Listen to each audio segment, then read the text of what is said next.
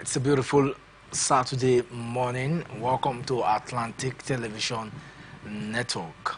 This is another beautiful edition of Sports Personality, where we delve deep into the personalities who have defined and sometimes redefined the fields of sports.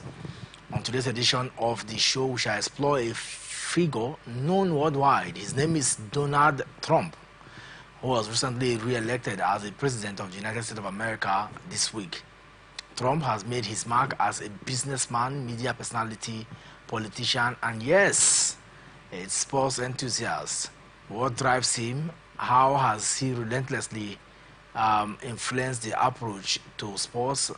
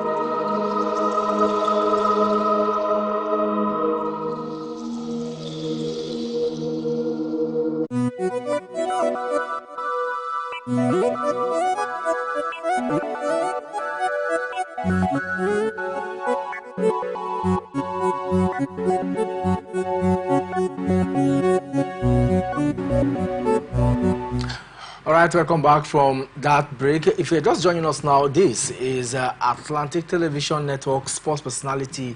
Is a show where we'll bring you the best of the best and also X-ray everything about sports figures. And today we'll take a look at Donald Trump. Now, someone will ask him, why Donald Trump is here?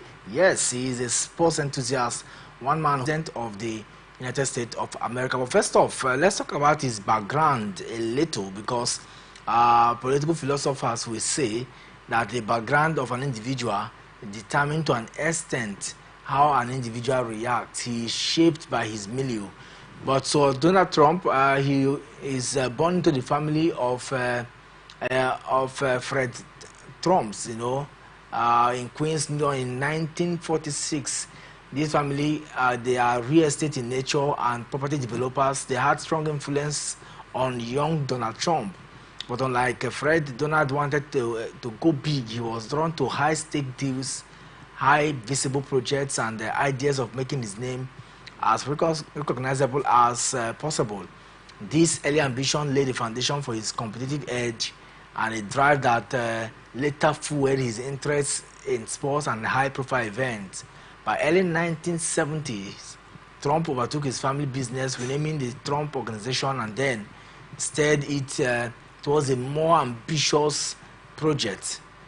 There were deals in skyscrapers, hotels, casino, and are not from rich homes, so to say.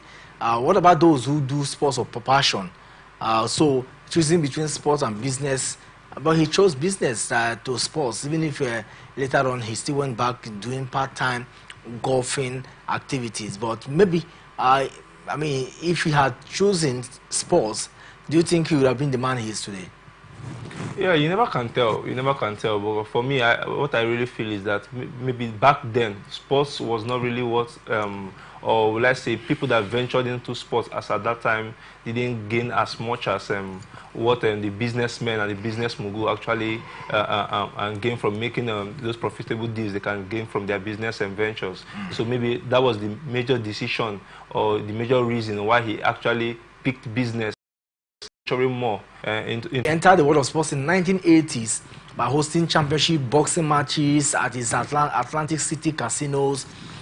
Trump Plaza became a hub for these high-profile fights, including many featuring boxing legend Mike Tyson. In those fights, Trump wasn't just a spectator; he was the host, and he went about having a lot of sporting activities in all his brand.